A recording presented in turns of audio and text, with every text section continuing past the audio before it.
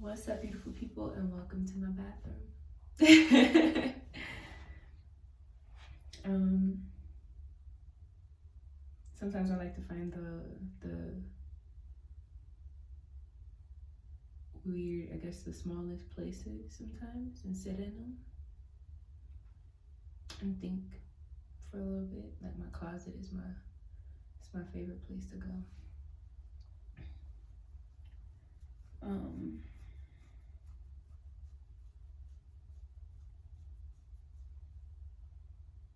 well, so I'm just gonna get straight into it because I feel like I don't want to beat around the bush on this topic. Oh, excuse me.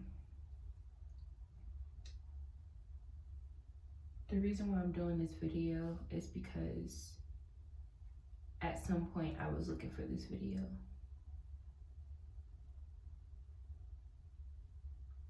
At some point I was hoping and praying that somewhere on I'll find a video where somebody was pouring out their feelings and really like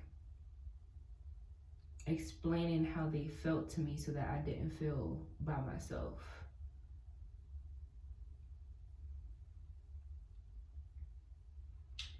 I just want to take you into my world and take you back to this time last year for me. This exact time last year, I went to a crystal shop and I was gonna get my wife at the time crystal rings, and some crystals because both of us had just started getting into meditation and just finding out more about ourselves spiritually, and I wanted to support her vision for where she was trying to go as well as mine too. So I was getting this stuff for Valentine's Day, and we're gonna leave to go to Texas to visit a friend and also visit her friends that were having a baby, and it was an amazing thing. So we get there, and for the first, I'll say, a week or so, we spent time at this one friend's house. And before we had went to Texas, I think it was like the 20th to the 20th of February or something like that. But mind you, this, like, over time, this has been a good time we're having. But at the same time, I know that something is being covered up. I'm not fully sure what I think is going on. I'm not trusting my intuition on what is going on. I'm just hoping and trying to find something to cover it up. So I'm buying stuff, or I'm trying to, I guess, figure out what is going on because I'm asking questions, but I'm not getting told anything. But in this time, this was a really good time. It was a really good time where it was like full of love and affection. Not really affection, but it was full of love. I thought. And we go to Texas and stuff like that, and now we're talking about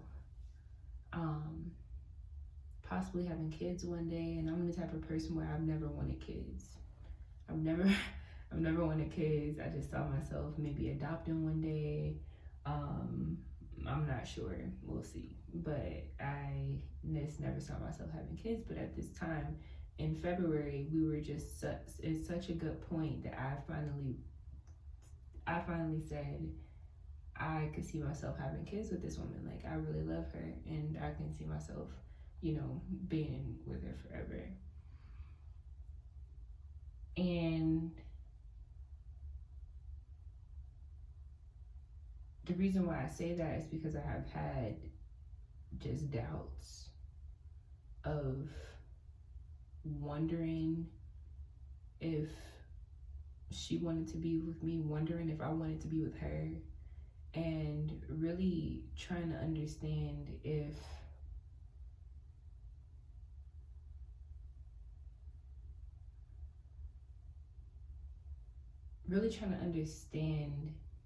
if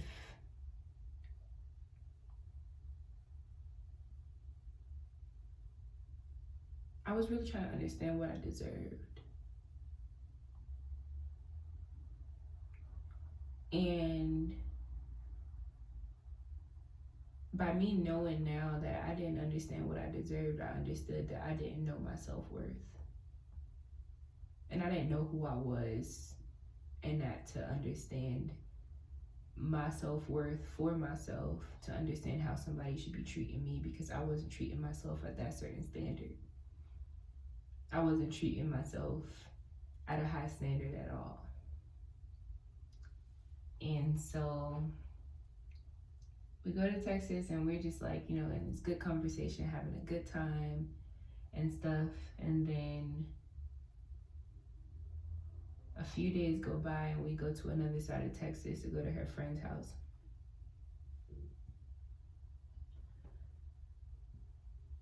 And this other friend, this one of these friends, kept having feelings about.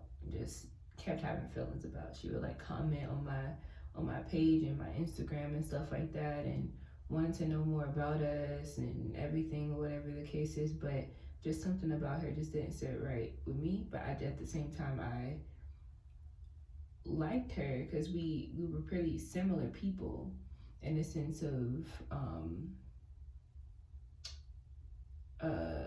how she spoke and motivational speaking and stuff like that. I saw her only on social media, so this is my first time meeting her in person. But when she comes into the house, in the room, when she comes into the house, this person I've been looking forward to seeing, I can't look at because I've been wanting to know more about her or whatever. And I just couldn't look at her. Now this happened in March 9th, I believe. So fast forward 2 days, and I had to leave because I had a modeling audition, and I went back home to Colorado, so she was still left there. No, actually fast forward probably it was probably 2 or 3 days before. And it was 4 days, I think. 4 days I left early a while before.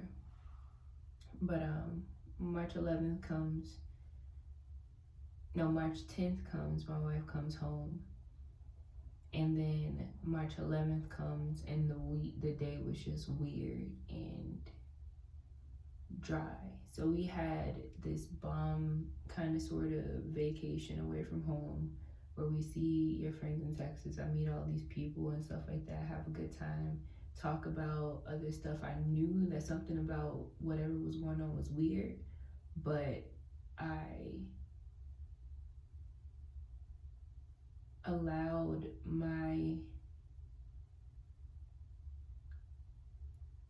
cover up of the situation to just fly by. And I'm not trying to fault myself on this. I'm just noticing afterwards, like, how everything goes on, because I want you guys to understand my full, how I was feeling throughout this whole time. And I'll go back and forth, but I'm just gonna tell you this part.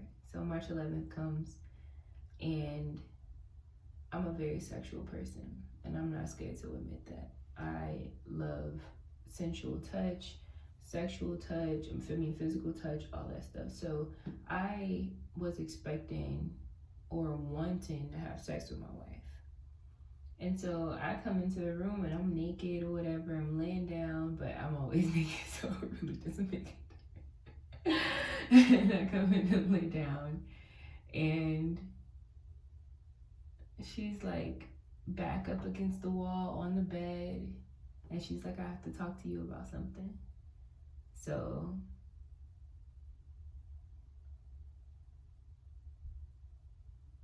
now I'm clueless because I may have felt a lot of things, but I didn't know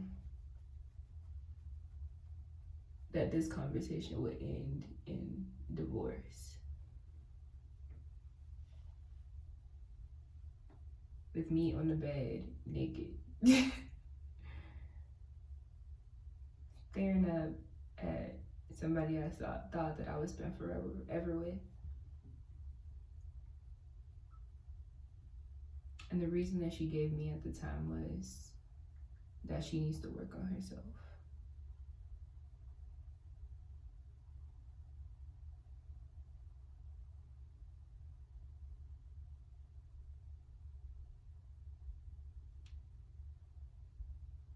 Something about that just didn't sit right with me because I knew something else was up.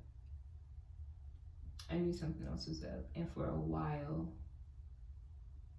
it felt like the days felt like weeks, and an hour felt like a month. And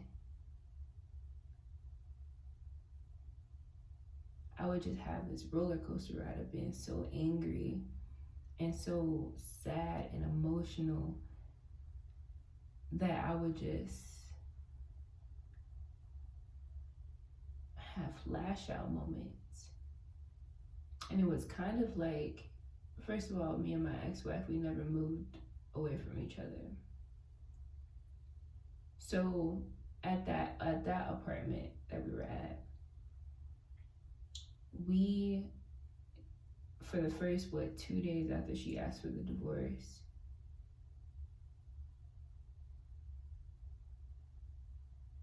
she stayed there. And for me, it seemed as though she liked it, liked watching.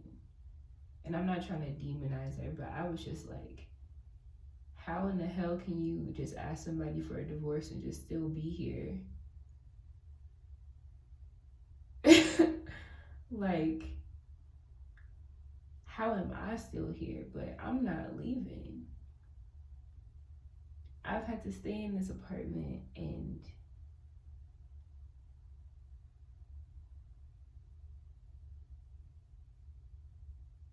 I'm not leaving the place where I find peace. So you are gonna have to go. So eventually I lashed out on her, and she had to go. But man,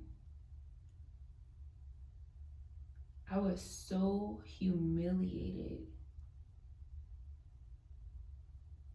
And now come to find out about why I was, and thinking about it now, as I think about why I was humiliated, I was humiliated not only being in front of her, but I was humiliated because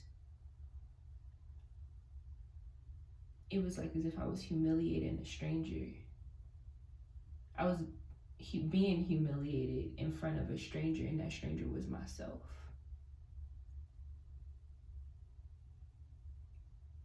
But then at some points, I felt like as if I was being humiliated because I already knew the truth about what was going on,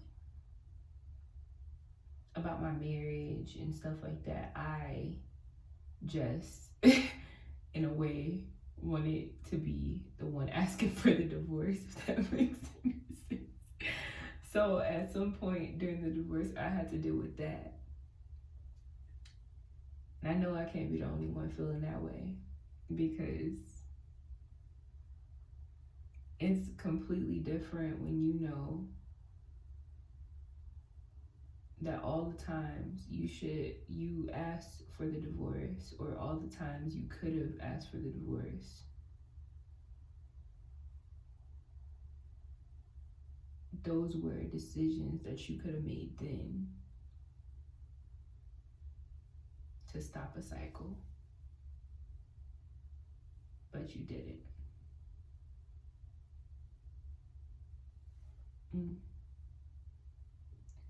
And so this is when the uncomfortable conversation started coming up with myself.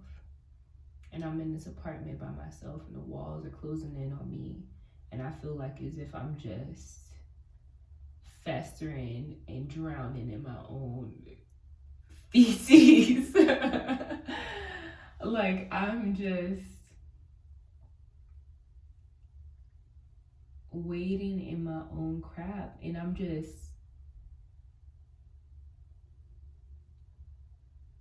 talking to myself like, Kira. And this is the reason why it started coming up, is because I was doubting myself, because I felt as though, because first of all, she didn't have the respect for me to tell me to put clothes on. Like, she didn't have the respect to tell me when something was wrong and speak her feelings about everything. And every single time during the relationship, when I was asking questions, or I knew something was wrong and I just wasn't told what was wrong because she was scared to tell me, so now these things have just built up to the point where I know that I have part in this. And somebody who, and first of all, in every relationship that I've been in, even when it comes to friendships and family relationships and stuff like that, I've always been able to realize what I've done wrong, because I've known all along in certain things what I haven't done for myself. Not how the other person is taking me. That is something I had to learn, but what I should have done all along for myself. I knew what I should have been doing. And at a certain point, I blamed myself for my divorce.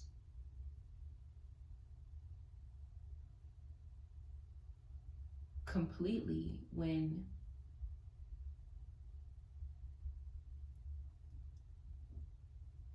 doubting myself became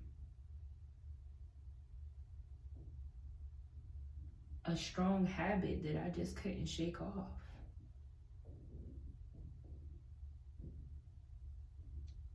So I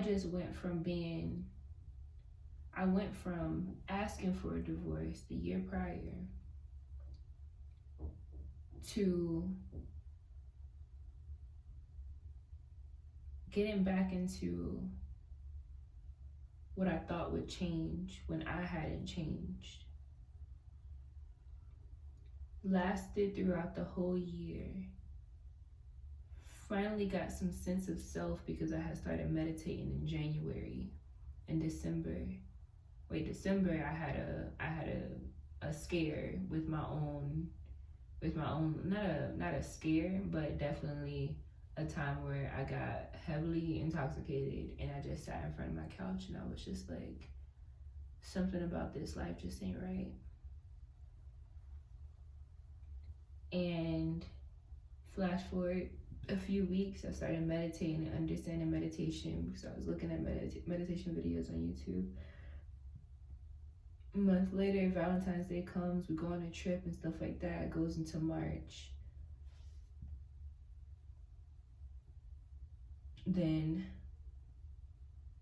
March 11th comes and I'm getting a divorce.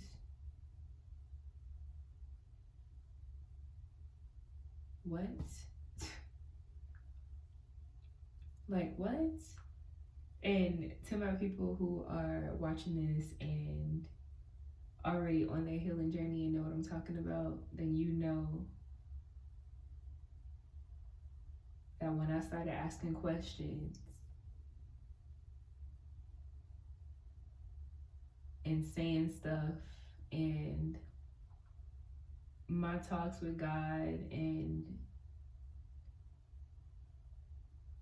these things were just coming true. That mean, like, this was just a plan. And things were just supposed to start coming. And how everything happened for me was just so spiritual, because when I was alone in that apartment and I had to get to know myself,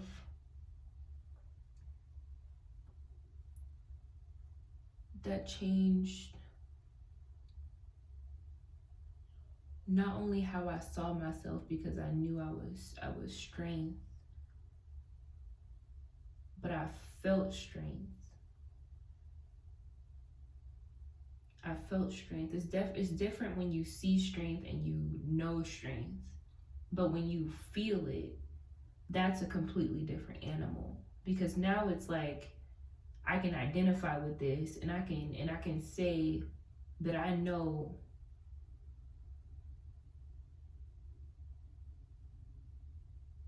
that the way I'm feeling about wanting a situation back that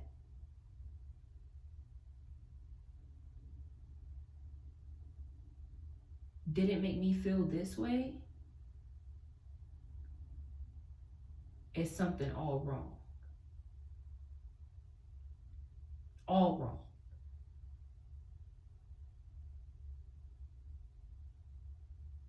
So now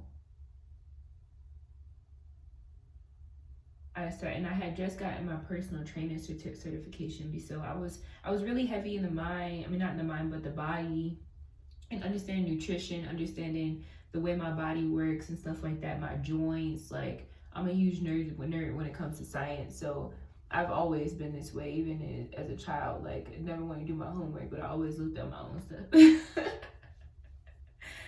And so I just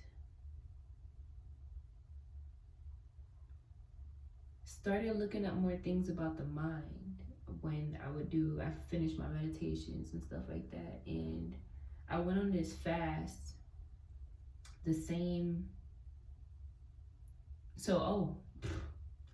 did try to leave. I tried to leave my apartment and I tried to go home. But home in Miami for me wasn't the environment I needed to be in, because I would have still been bitter if I would have stayed there, because I didn't have my own peace to sift everything out, if you get what I mean. Like, to really think, a lot of people need support from other people, and I get it, but when people don't understand what it is that I am feeling, then that's when I have an issue, because now you're not going to tell me about how my feelings aren't necessarily valid. I know I need to feel my feelings. I don't need to just pretend like everything is okay. That's just something I wasn't going to do. And I didn't want to have to be judged for everything that I was doing. And it may have not come across like that to those people, and they didn't get what it is that I was trying to do. But for me, I knew that my peace was disturbed, so I had to come back home. And when I came back home, she left, and she went to that friend's place in a whole nother state, and I'm not gonna say where. But I fasted for the first week. She was gone for a week and a half. And I came back home and I fasted. And hold on, let me get my dogs.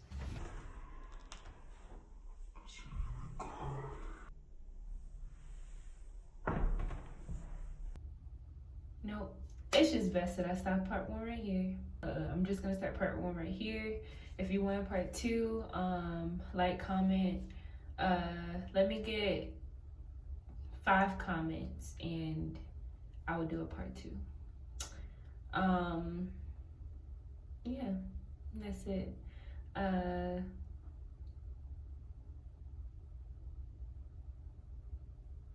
hope whoever is going through a divorce right now, that you see this uncomfortable conversation with myself, and that I had it with myself, and it helps you have those uncomfortable conversations with yourself as well. But if you're ready for a part 2 of my divorce story and how I thought out my process and how I am now a life coach, very much under a year later, and how I felt better in 5 months and how I still continue to heal even through the crap and the smile that I possess still. So if you guys want to know more about my story and what made me a life coach, or what was the cherry on top, this was the cherry on top. And give me 5 comments for a part 2 of the divorce story. So bye, see y'all later. Peace, love, and beautiful, beautiful positive vibes. Bye.